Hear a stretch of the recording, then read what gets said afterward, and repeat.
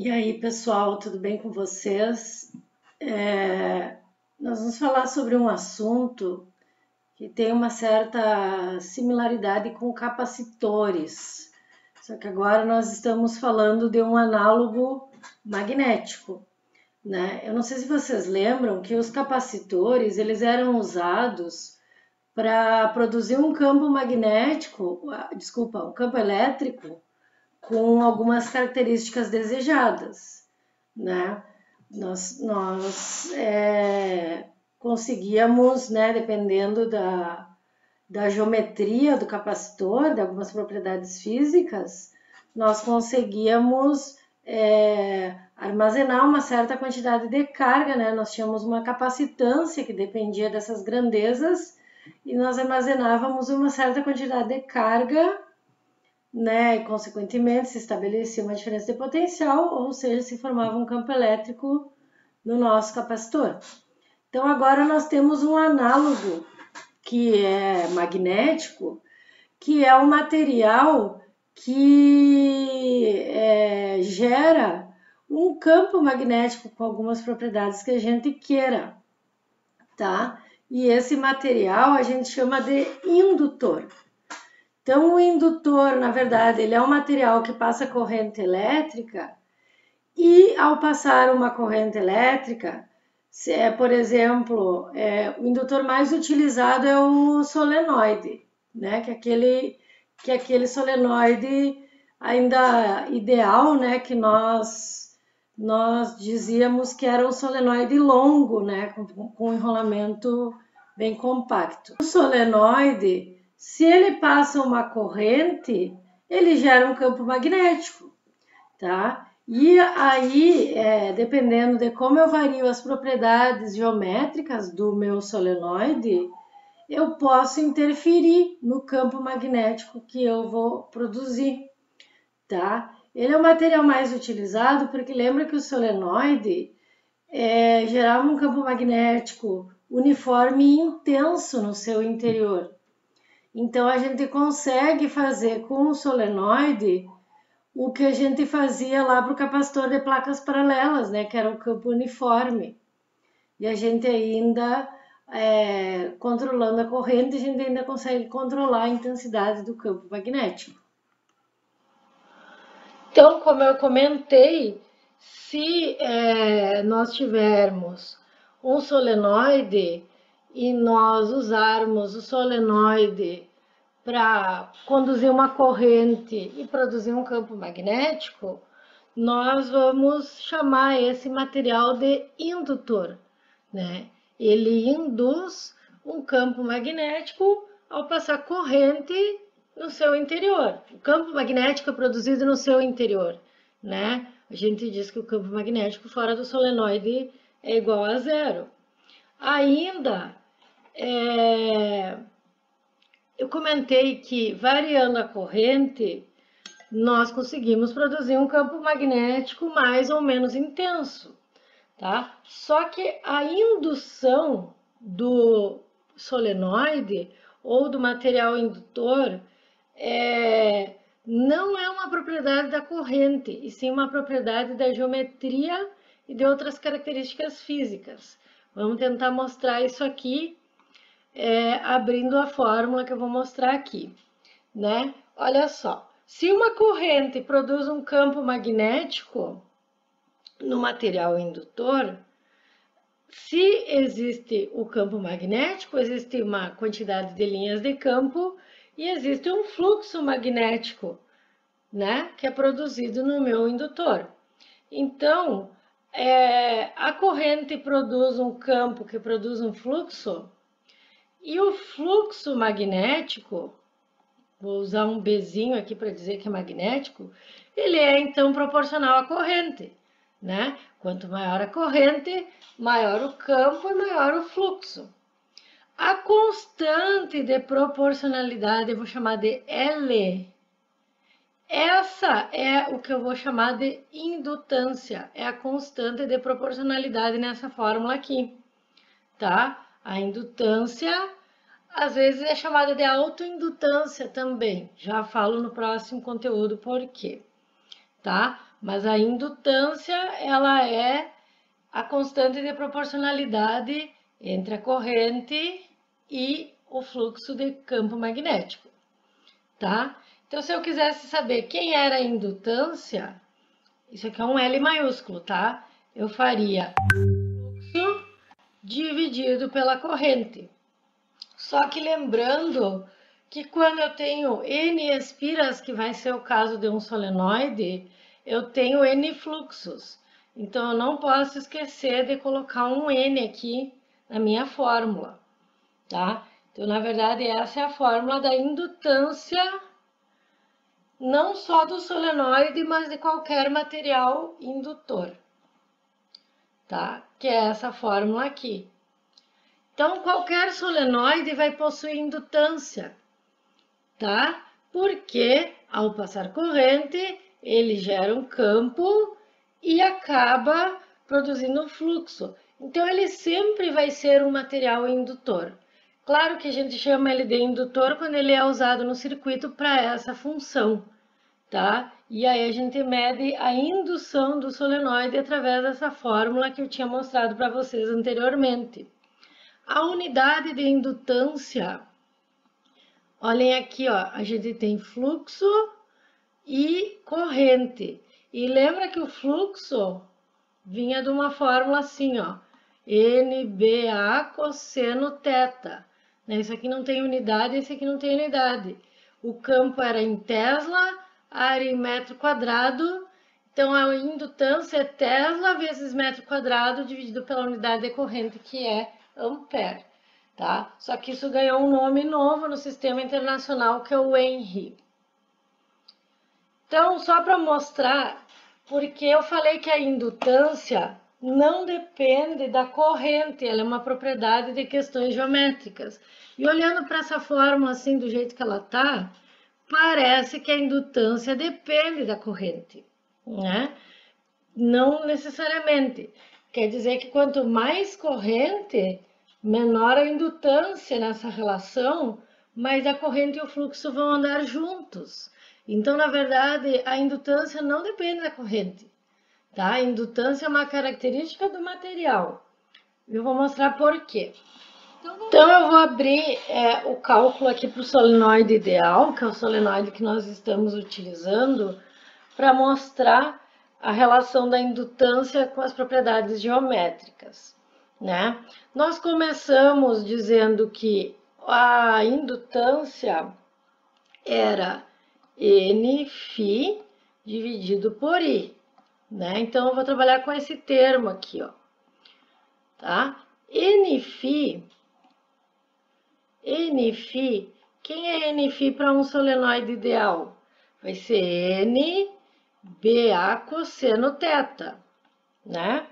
Só que no caso de um solenoide ideal, nós temos o vetor área e o campo magnético, os dois no eixo do solenoide.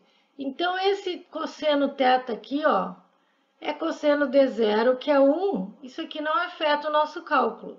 A gente tem que Nφ é NBA, tá? Só que quem que é o campo de um solenoide ideal? Que é o nosso solenoide comprido, longo, né? É μ0 e Nzinho. E Nzinho é a densidade de espiras. Vou usar L minúsculo porque L maiúsculo era a indutância, tá? Então, aqui é Nzinho, que é a densidade de espiras, é o número de espiras dividido pelo comprimento do solenoide, né? Então, Nzão é igual a Nzinho vezes L. Vou voltar aqui, ó, tá? Nφ era Nzão, que é Nzinho vezes o comprimento do solenoide, vezes o campo, vezes o termo de área. Quem que era Nφ? Olhem a fórmula da indutância aqui, ó. Nφ, se L é Nφ sobre I, Nφ é L vezes I. Então, isso aqui é L vezes I, tem um N, tem dois N aqui, né? Então, a gente tem M0I, N quadrado L vezes A, tá? A corrente tem nos dois termos, né? Então, a fórmula da indutância é μ0, N quadrado L vezes A.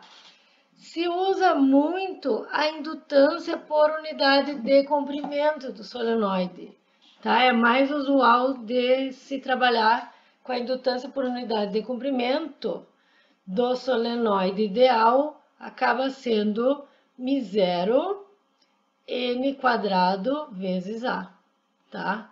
Essa é a fórmula que tá aqui, ó, da indutância por unidade de comprimento de um solenoide,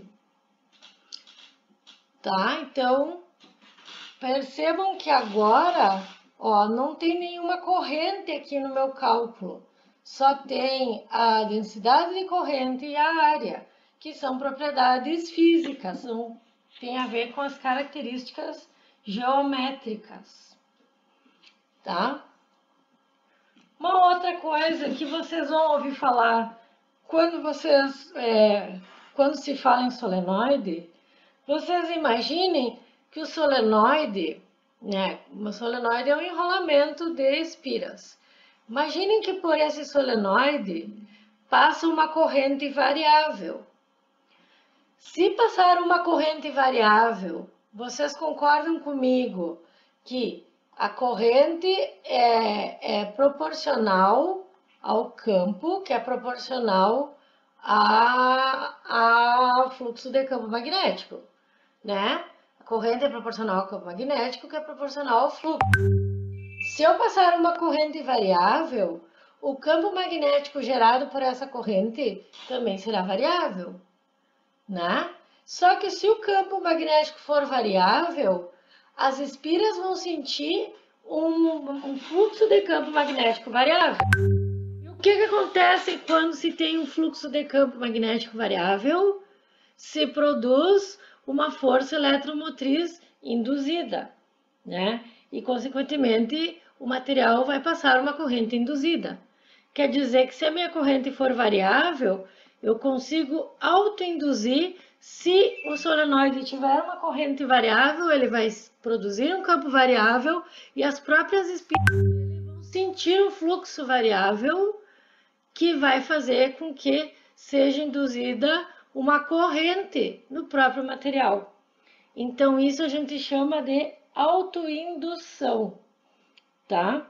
Autoindução, porque a corrente variável dele fez com que ele variasse o seu próprio fluxo e sentisse esse fluxo variável tendo uma força eletromotriz autoinduzida. A força eletromotriz autoinduzida, lembra da fórmula de força eletromotriz?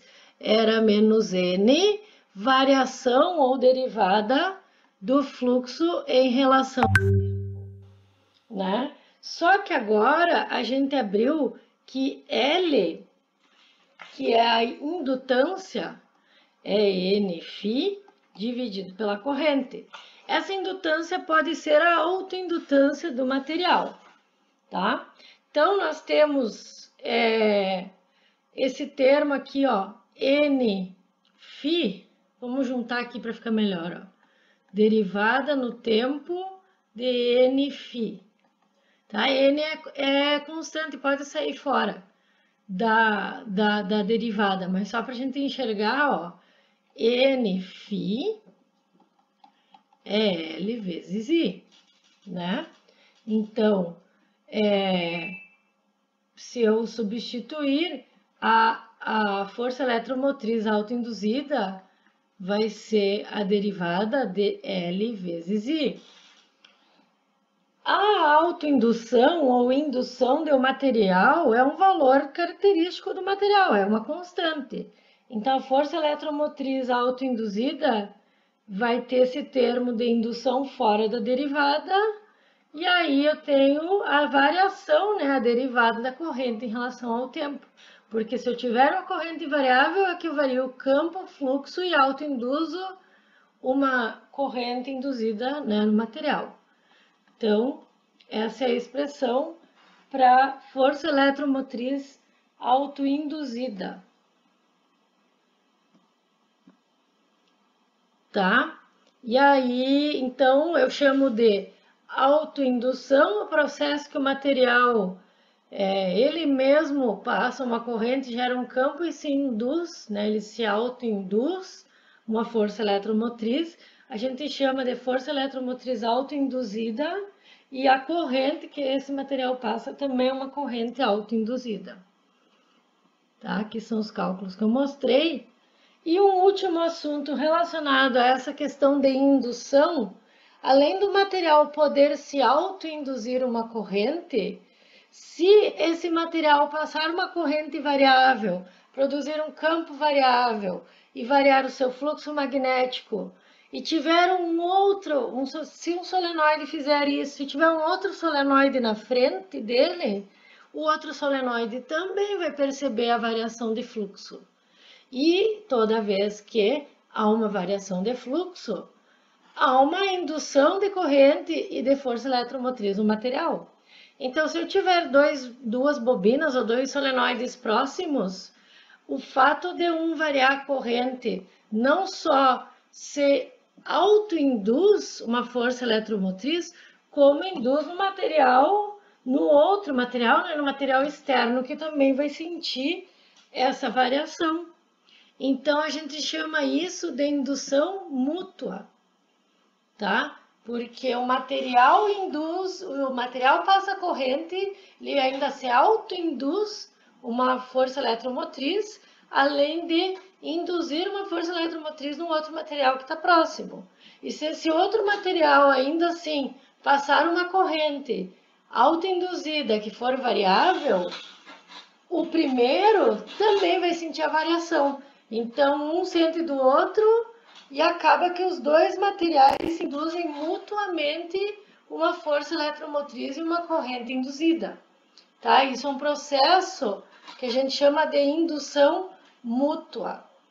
As fórmulas de indução mútua são exatamente as mesmas, só que em vez de L, que é a autoindução ou indução, é usado um M para dizer que essa indução é mútua, mas são as mesmas variáveis que nós usamos anteriormente, com as mesmas unidades, inclusive em ENV, né? A unidade de indução, ou autoindução ou de indução mútua. Elas são todas as mesmas, a fórmula era NΦ sobre I, ó, NΦ sobre I, só que aqui agora eu tenho a indução mútua, tá? E no fim, a fórmula da força eletromotriz induzida no outro material, lembra que a força eletromotriz estava aqui a fórmula, ó. Força eletromotriz era menos L dI dt, só que agora eu estou usando M para dizer que é indução mútua. E aí a corrente variável de um que induz a força eletromotriz no outro, ó. Então, olhem os índices que são ao contrário, ó. Se a corrente 1 variar, induz no segundo material, ó. Se a corrente 2 variar, induz uma força eletromotriz no primeiro material, tá? É isso que essas equações querem dizer. São as mesmas equações, são as mesmas fórmulas, tá? E a indução mútua acaba que, como um induz no outro e se o outro variar, o primeiro também sente, o valor da indução mútua é igual para os dois materiais, que aqui foi chamado de M.